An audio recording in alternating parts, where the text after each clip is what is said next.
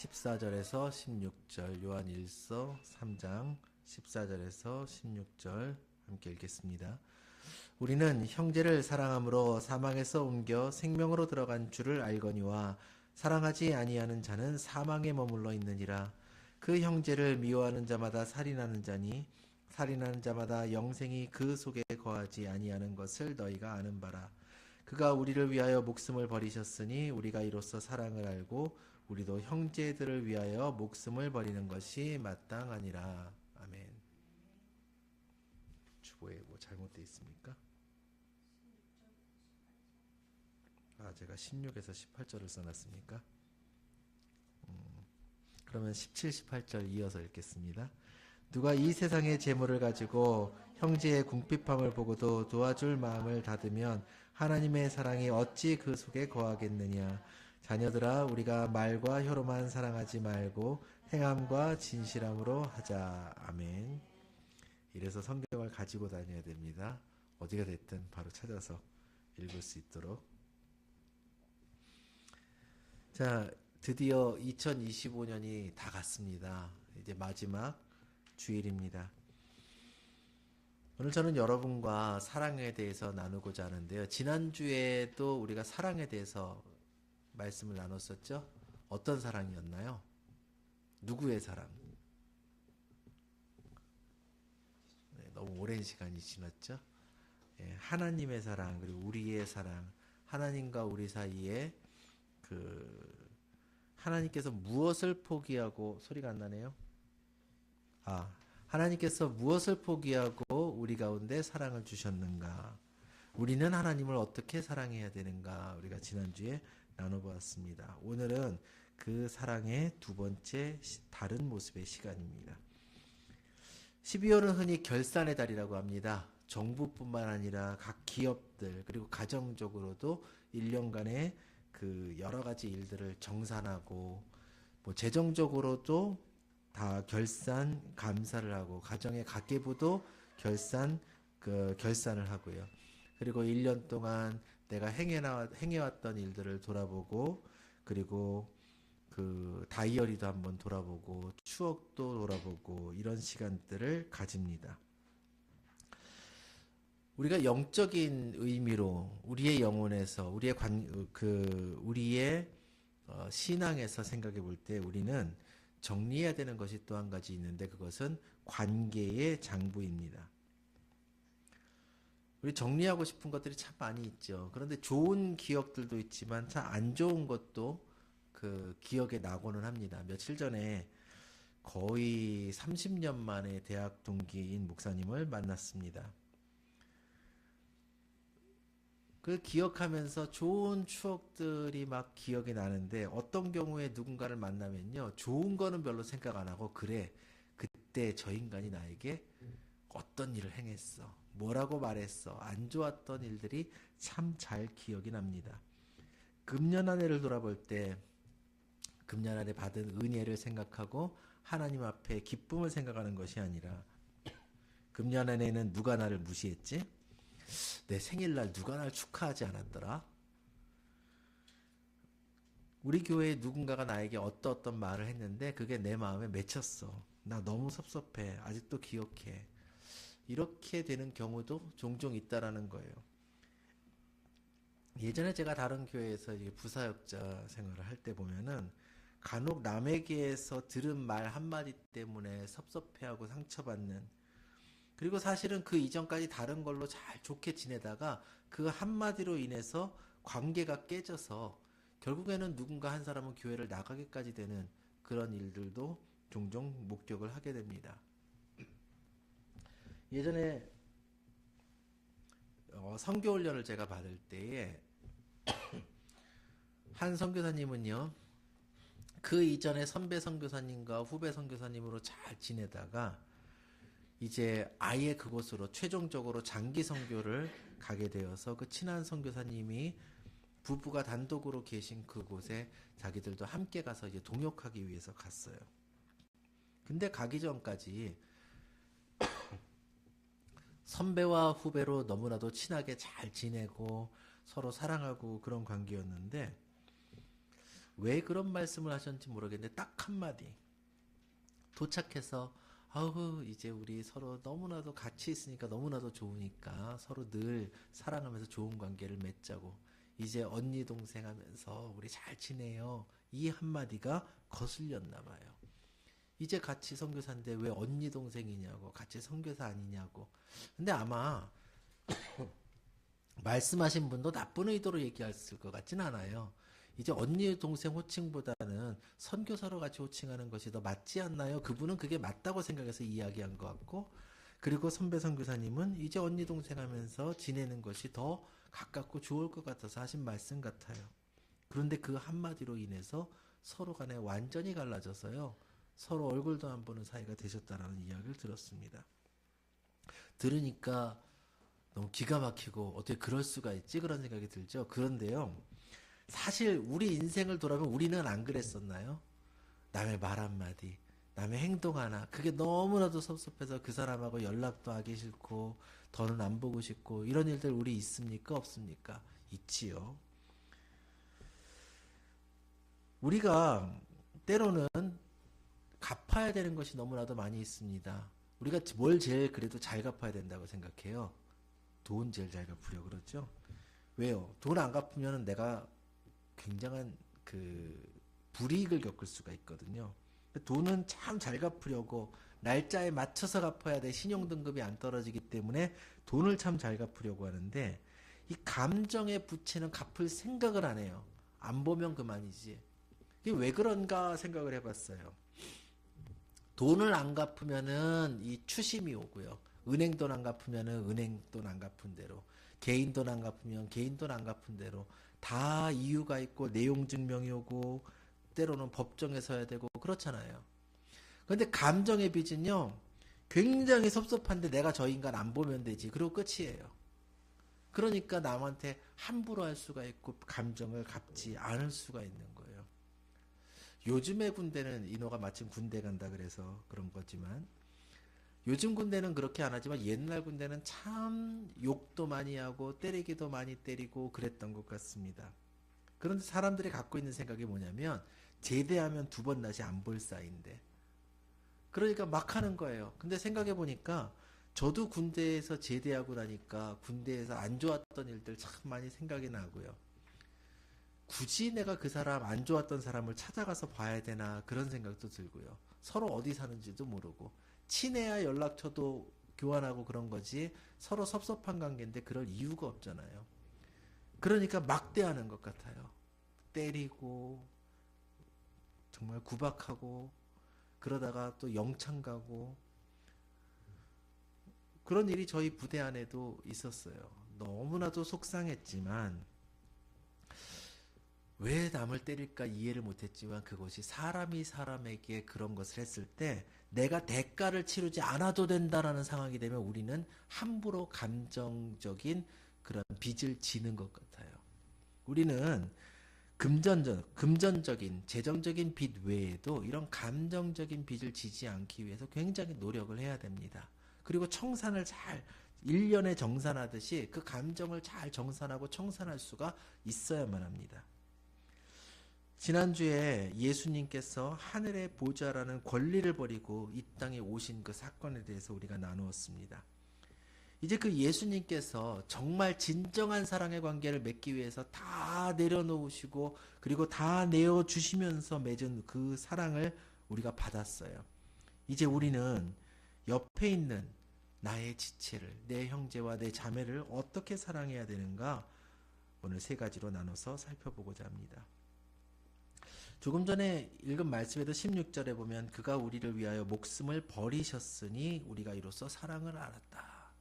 그러니까 우리가 그 사랑을 받았기 때문에 사랑을 안 것이고 우리도 그 사랑을 하는 것이 마땅하니라 하고 말씀을 하고 있는 거예요. 여기서 목숨을 버리셨으니 라고 말씀을 하고 있는데 예수님께서 이 목숨을 버리셨다라는 것은 자발적으로 포기하셨다라는 것을 의미합니다. 그냥 죽게 돼서 어쩔 수 없이 죽은 것이 아니라 스스로 내어주신 것이지요. 짐 엘리엇이라는 선교사님이 그 엘살바도르였죠. 거기서 그 목숨을 잃습니다. 그것도 그가 오랫동안 찾아다녔던 그곳의 원주민들을 만난 첫날, 그들과 어떻게든 조금이라도 가까워지기 위해서 비행기에서 선물을 내려보내고 막 하다가 그들과 실제로 대면한 첫날 그곳에서 목숨을 잃어요. 너무나도 허무해 보이지요. 다만 너무 감사한 것은 그것으로 인해서, 그 이후의 일들로 인해서 그들이 변화되어서 다 크리스천이 되고 목회자도 나오고 그랬다는 거예요. 그 부족은 너무나도 호전적이어서 손자를 본 사람이 한 명도 없대요, 역사적으로. 왜냐하면 가장 강한 사람이 그 부족장이 되고요. 자기를 대적하려는 사람은 다 죽이기 때문에 또 도망가서 살고, 그 밑에서 굴복하며 살고 하다가 힘이 세지고 이 사람이 늙으면 그 사람을 또 죽이는 거예요. 그리고 또 족장이 되고, 그러다 보니까 손자를 본 사람이 한 명도 없어요. 그런데 그 이후에는 손자를 본 사람이 생기고 교육을 받고 목회자가 되고 서로 사랑할 수 있는 관계가 무엇인지를 배우고 그랬다는 것이죠. 그런데 그들에게 접촉하기 전에 그 아들이 묻습니다. 아빠, 그들이 만약 아빠를 공격하면 총을 쏠 건가요?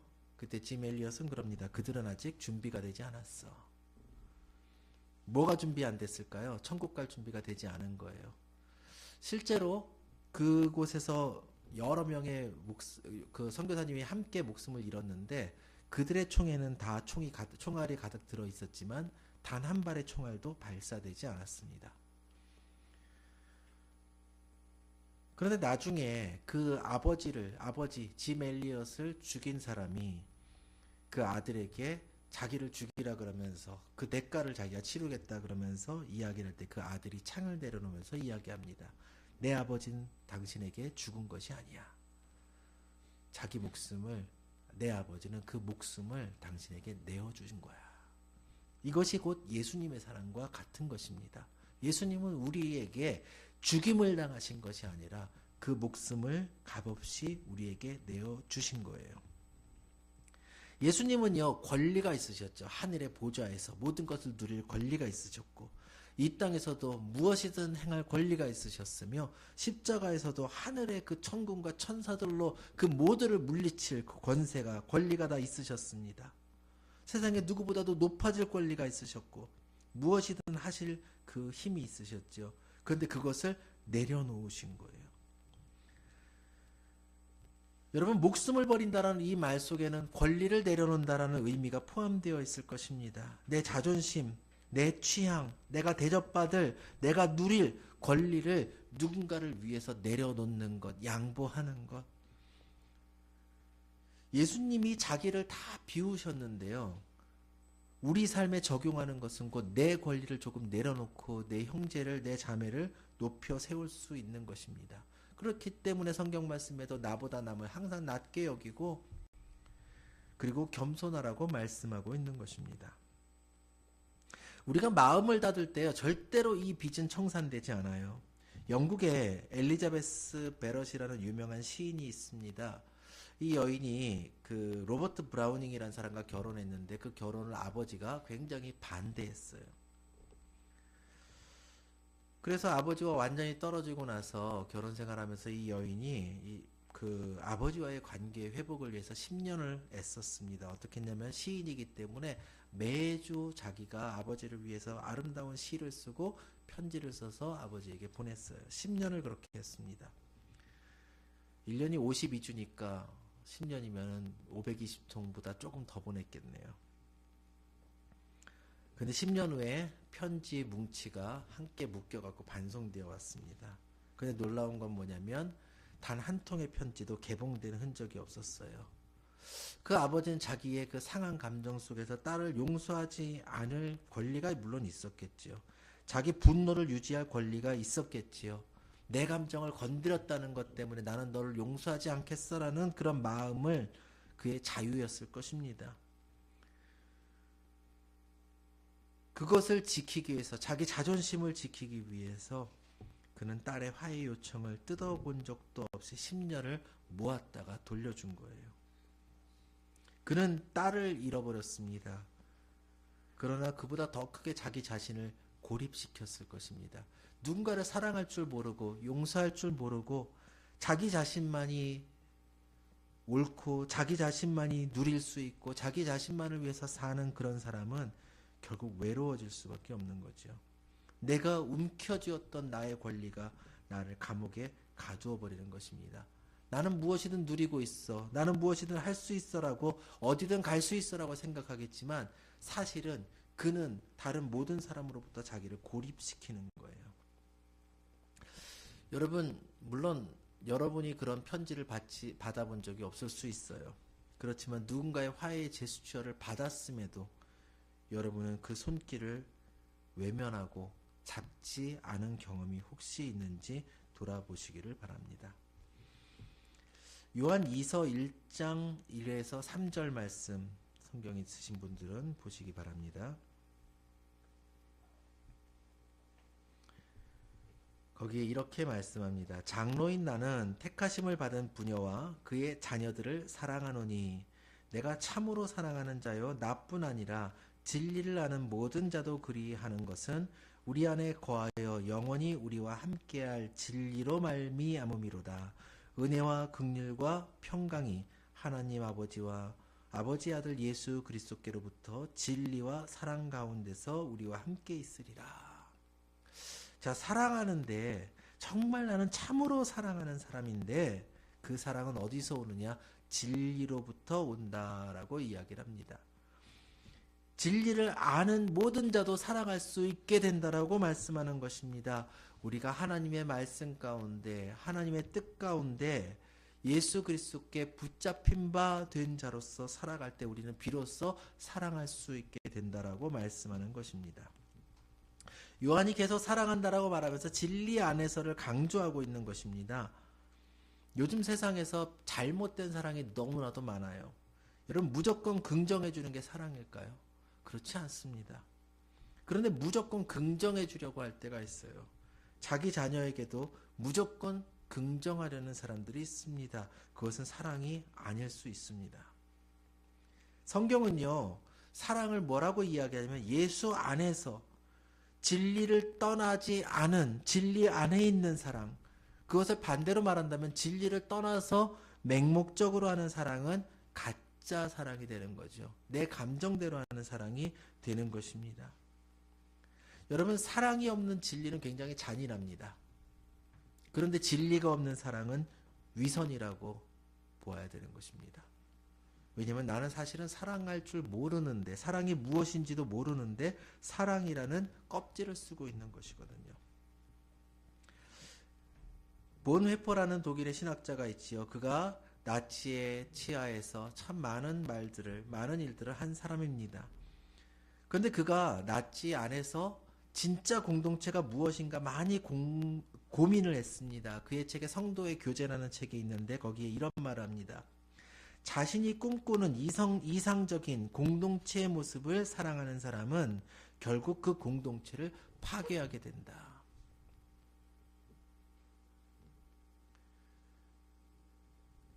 그 유명한 설교가, 제가 여기다가 하필이면 이름을 안 써놔서 그런데요.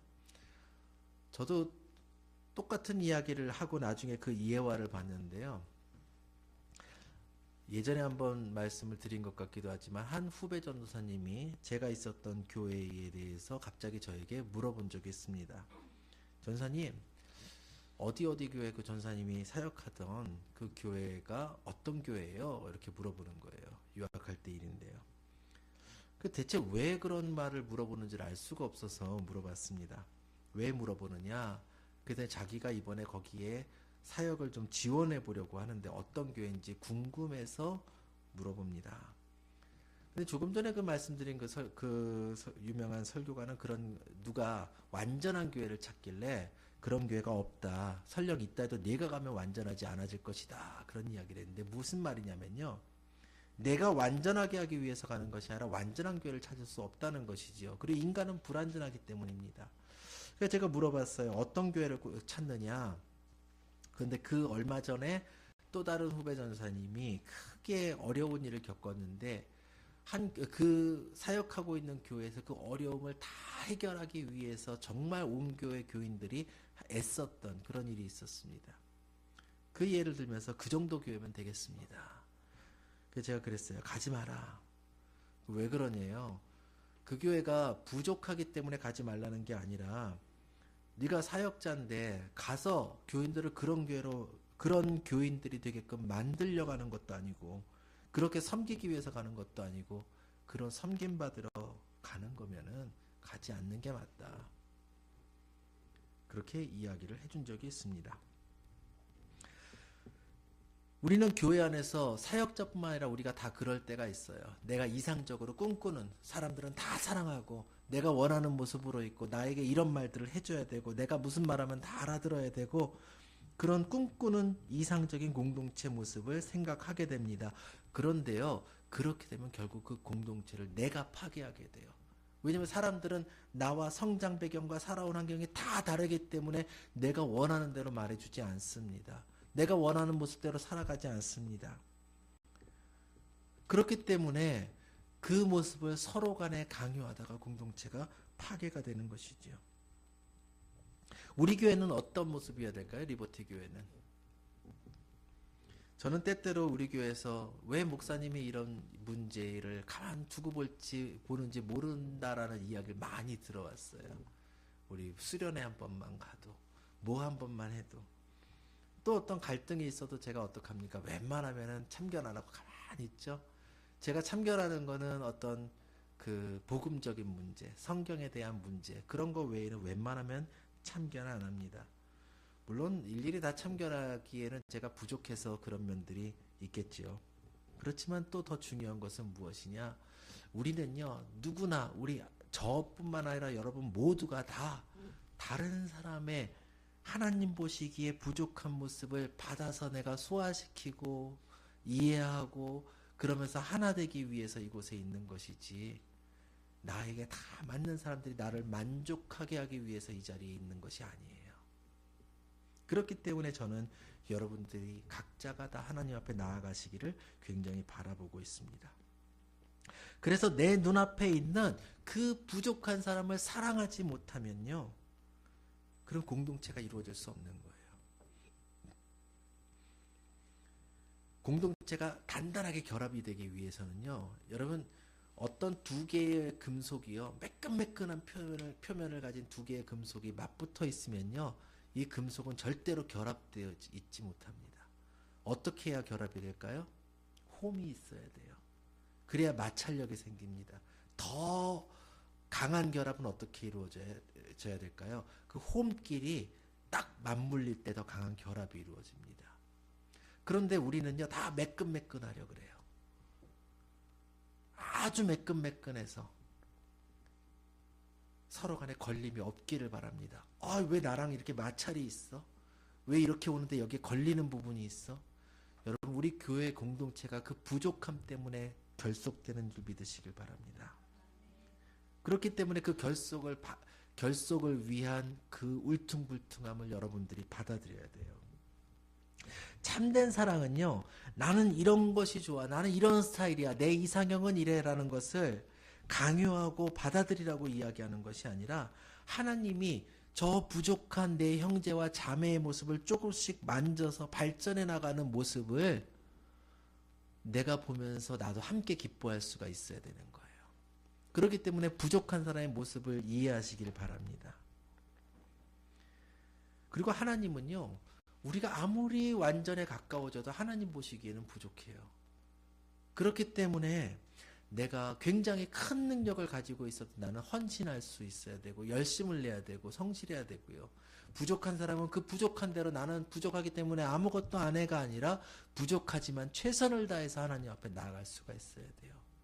돈이 많은 사람도요, 많은 재산 가운데에서 헌신할 수 있어야 되고요. 부족한 사람은 부족한 가운데 헌신할 수 있어야 됩니다.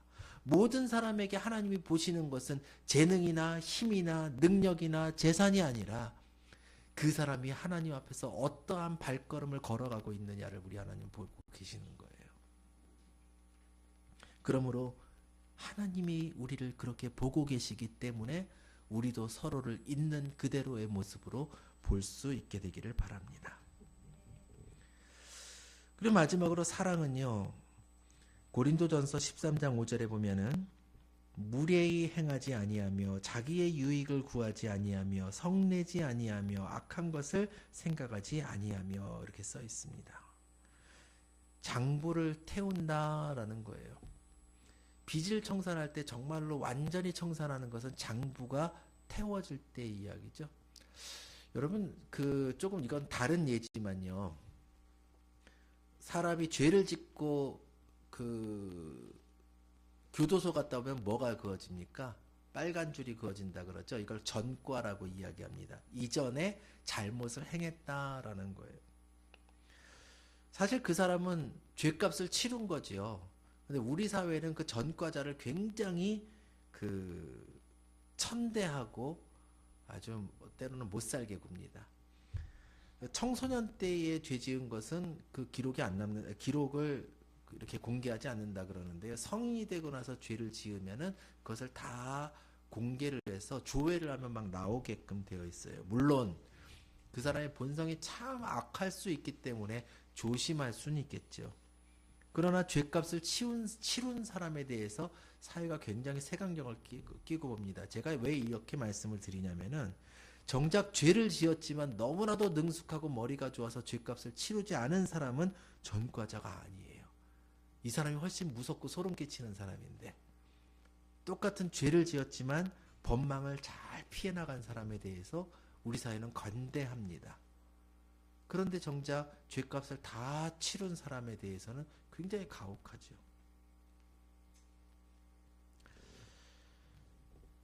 여러분 마음속에 저 사람은 나에게 전과자야 하는 사람은 얼마나 많이 있습니까? 혹은 드러나서 죄값을 치르지 않은 전과인데 심증적으로 내가 저 사람은 그보다 더 악한 전과자지만 죄값을 치르지 않은 장부상으로 깨끗한 사람이야 라고 내 마음속의 장부에 적어둔 사람은 또 얼마나 많을까요? 악한 것을 생각하지 않는다. 내 마음속에 악한 마음을 품지 않는다라는 의미가 아니라 이거는 회개 용어라고 이야기합니다. 회개 처리한다라는 그 회개요. 장부에 기록하지 않는다라는 뜻이라 그래요. 누군가 나에게 상처 준 일을 내 마음에, 요즘에는 컴퓨터로 엑셀로 저장을 하죠. 언제든지 탁 검색만 하면은 몇 날, 몇 월, 며칠, 언제 이런 일을 했다라고 탁 꺼내지 않는다라는 거예요. 링컨과 스탠턴, 에이브라함 링컨은 미국의 대통령이죠. 유명한. 스탠턴이라는 사람이 있었는데 대통령이 되기 전에 그 스탠턴이 굉장히 유명한 변호사였다 그래요. 그가 링컨을 외모로도 비하하고 출신으로도 아주 조롱하면서 긴팔 원숭이라고 불렀다 그래요. 다 알고 있었는데 대통령이 되고 난 후에 전시 상황에서 국방부 장관으로 이 사람이 너무나도 적합하다고 생각해서 그를 등용했다고 합니다. 측근들이 그 사람은 당신을 너무 싫어하는 사람인데 등용하면 안 된다. 아주 해악을 끼칠 사람이다라고 하니까 그가 나를 어떻게 대했는지가 중요한 것이 아니라 그가 나라를 위하여 일할 수 있느냐 없느냐가 중요하다라고 대답했다라고 합니다. 나중에 링컨이 암살당해서 숨을 거둘 때 가장 슬피 울었던 사람, 그 사람이 스탠턴이었고 여기 세상에서 가장 완벽했던 통치자가 누워있다라고 그는 이야기했다라고 말합니다. 여러분은 무엇을 기록하고 무엇을 태워버리셨습니까?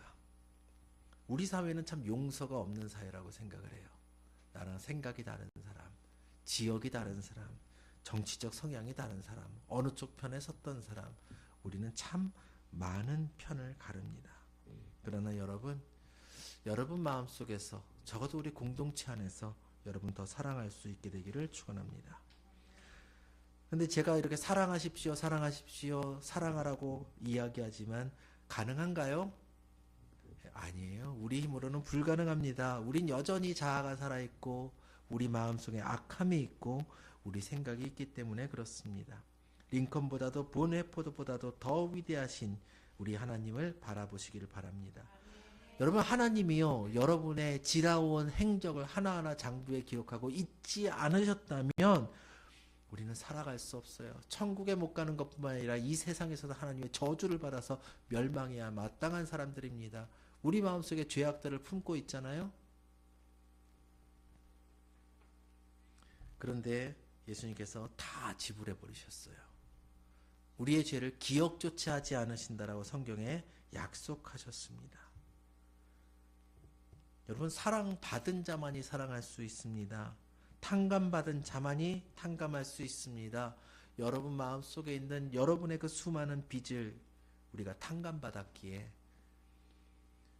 우리가 잘 아는 달란트의 비유에서 그 달란트의 비유처럼 그 달란트 말고요. 1만 달란트를 빚진 종의 비유처럼 나는 큰 것을 탕감받았음에도 작은 것을 용서하지 못하는 자가 아니라 내가 탕감받은 자이기에 내 기준을, 내 자존심을, 내 권리를 내려놓고 여러분도 누군가의 허물을 덮을 수 있게 되시기를 간절히 축원합니다.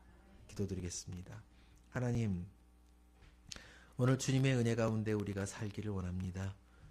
우리의 삶에서 우리가 용서하지 못했던 것, 또 우리가 회개하지 못했던 것, 금년 한 해에 아직도 정리되지 않은 그 일들을 이제 주님 안에서 온전히 내려놓고 우리가 거룩한 모습으로 예수님 닮은 모습으로 새로운 한 해를 또 살아갈 수 있는 힘을 허락하여 주시옵소서.